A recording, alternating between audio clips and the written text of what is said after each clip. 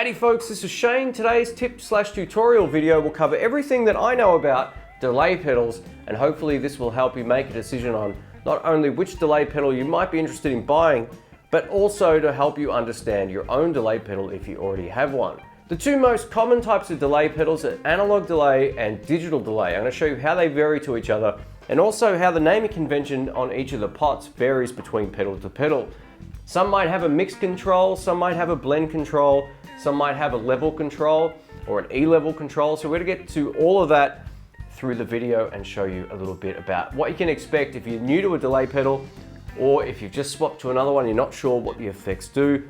This should give you a better understanding of everything to do with at least the four most common types of pedals you'll find out there. If this video is helpful, please give it a thumbs up. I absolutely appreciate that. If you don't like it or it wasn't helpful, give it a thumbs down, leave some feedback in the comments. I always appreciate that. Today I've picked four of my favorite delay pedals. Starting from left to right, we have the Maxon Analog Delay AD10, which is an analog pedal with 3 simple controls.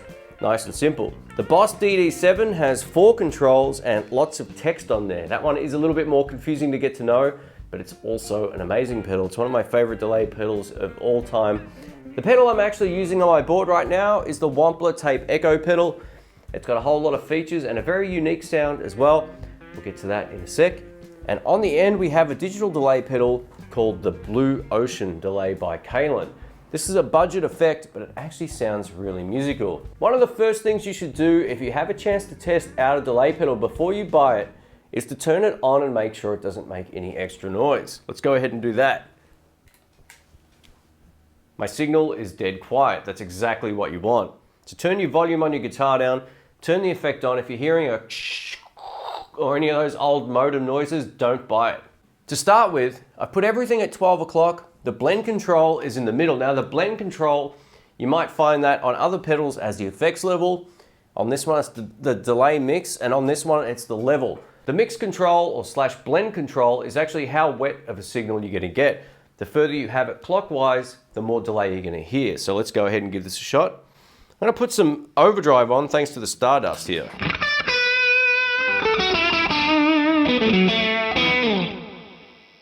All right, blend up a little more. Yeah, all the way up.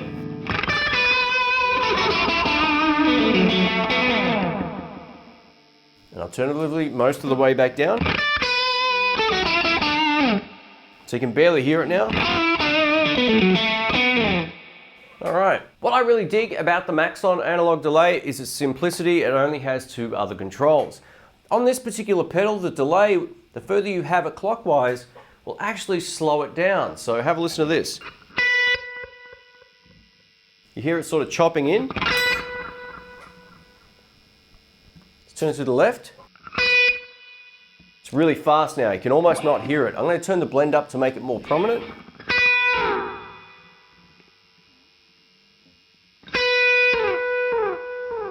There you go, nice and prominent there.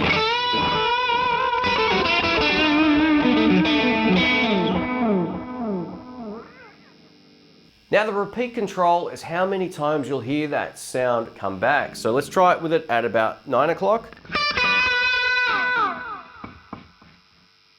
3 o'clock-ish.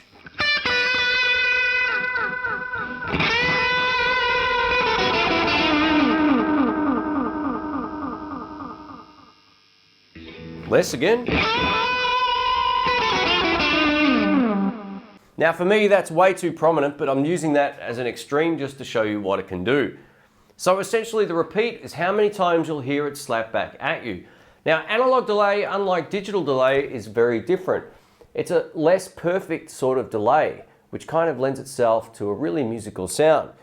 Digital delay is also great as well, but it's very, very similar to say how a loop pedal would work. It actually records and repeats pretty much spot on. It does fade out, but it comes back at you in a really sort of high fidelity sort of way, whereas the analog delays don't do that. They sound a little imperfect, which makes them really cool. So moving on to the Caline digital delay pedal here, the Blue Ocean, you'll notice it has the same setup as the Maxon, except the only difference in the terminology here is this is level, where on the Maxon that's the blend, but it's essentially the same basic configuration. So let's go ahead and give this a shot. I'm gonna go ahead and turn that down. Let's put everything else at 12 o'clock. Let's give this a shot.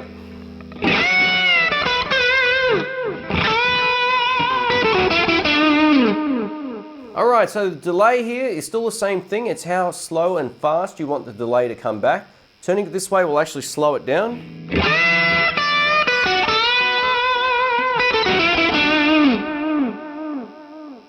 That's what I was getting at before. It comes back at you in a more perfect sort of way.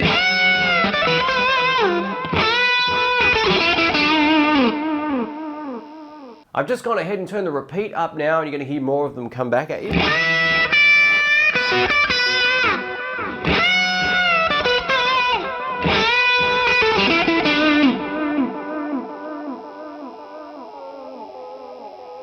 These digital delays are great for kind of getting crazy.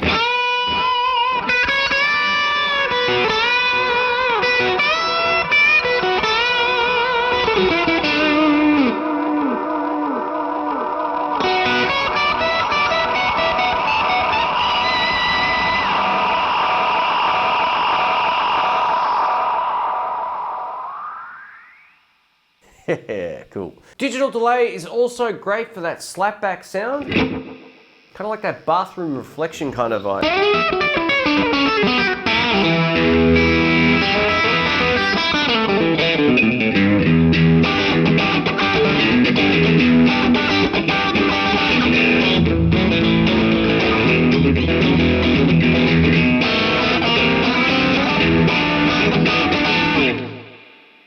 Cool. Over to the Boss Digital Delay DD7. Now this has 4 different controls on the top. Let's take a look at that. The effects level is the same as the blend or the mix control on this particular pedal, or the level control. So the effects level will control how wet and dry the signal is. The feedback control is how many repeats you'll get. The delay time is the same thing. It's how fast or slow the repeat comes back. And you also have all of these different modes. We're going to start on the modulate mode. And the great thing about this particular pedal is, irrespective of what setting you choose, you can tap tempo the effect. You might think, how do you do that? It only has one button. I'm about to show you.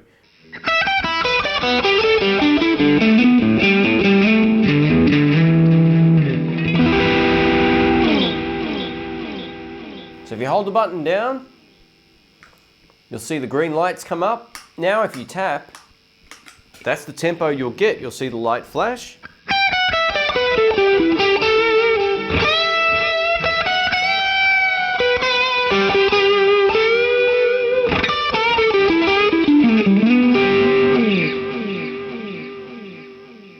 I've gone ahead and set the Boss Digital Delay up to the 3200 millisecond mode. I'm going to go ahead and set up a loop via the loop pedal on the floor and show you how you can use the tap tempo to bring the actual tempo of what you want delayed back in time. So here we go.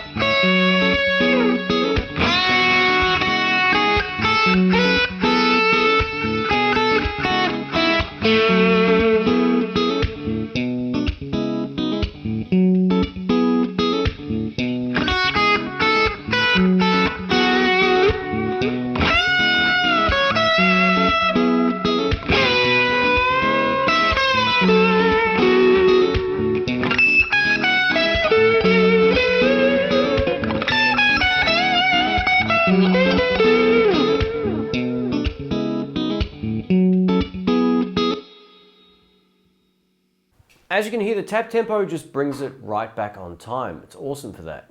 Over to the Wampler tape echo. Back in the old days, they used to use essentially a tape reel to record delay. They used to record something and play back on a loop. That's what this is actually trying to replicate. So it has what they call tape warble as well as an analog style delay. Let's just take a quick look at the controls on the Wampler Tape Echo. Over here we have a delay mix. This is the actual mix from wet to dry. We have a delay here, which is actually the speed of the delay. You can see how fast and how slow the light goes. The refresh rate on the camera might not be capturing that properly, but the further we have it this way, the faster the light will blink. The further we have it this way, the slower it will blink. But the great thing about this, doesn't really need this because you've got a tap tempo function. So you can set it however you like, which is why this particular pedal is great. You actually have a hardware button, you can tap tempo and you're good to go. Another benefit of this is it also has a tone control up here. So you can allow all the high end to pass through with it this way, or you can start to roll out the high end, depending on how you like it. I kind of like it with it all the way this way. The delay mix is essentially the mix/effects level, and how many repeats we get is set up via here, and these two controls work for the Tape Echo. Let's see how it sounds now with the tape warble actually off.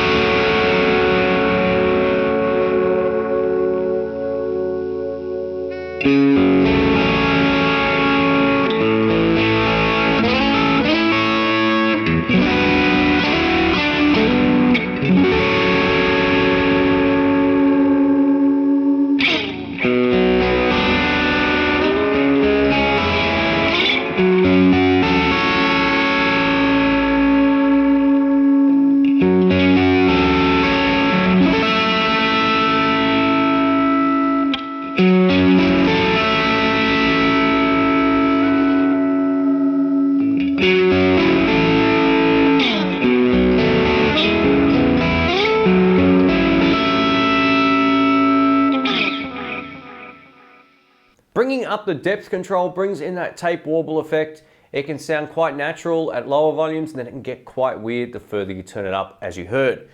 And now with the rate and depth all the way up, now the rate control on this particular pedal affects how fast the tape warble thing sounds. So here we go.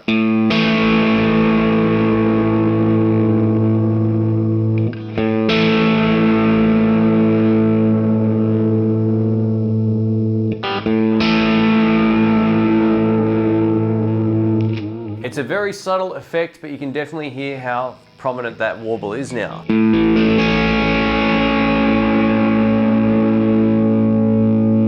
With it off.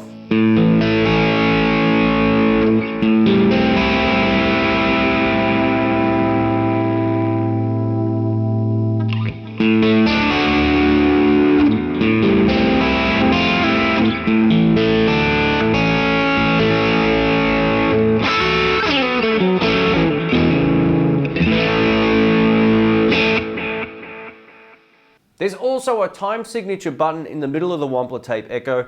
None of the other pedals on my board have it. I know Strymon also do that as well on a few of their pedals, and I think that's what separates this particular pedal in terms of functionality to most of the other ones on the board. So let's take a listen to this.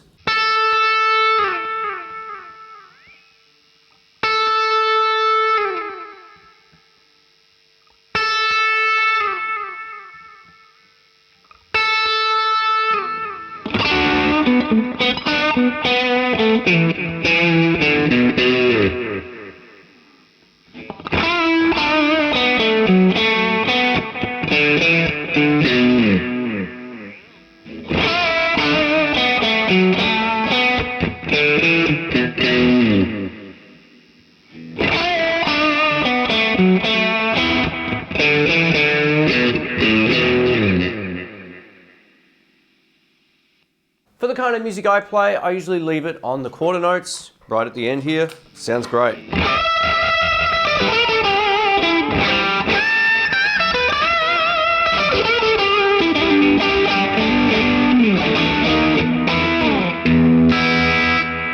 And now let's try it with them all on. Let's give this a go.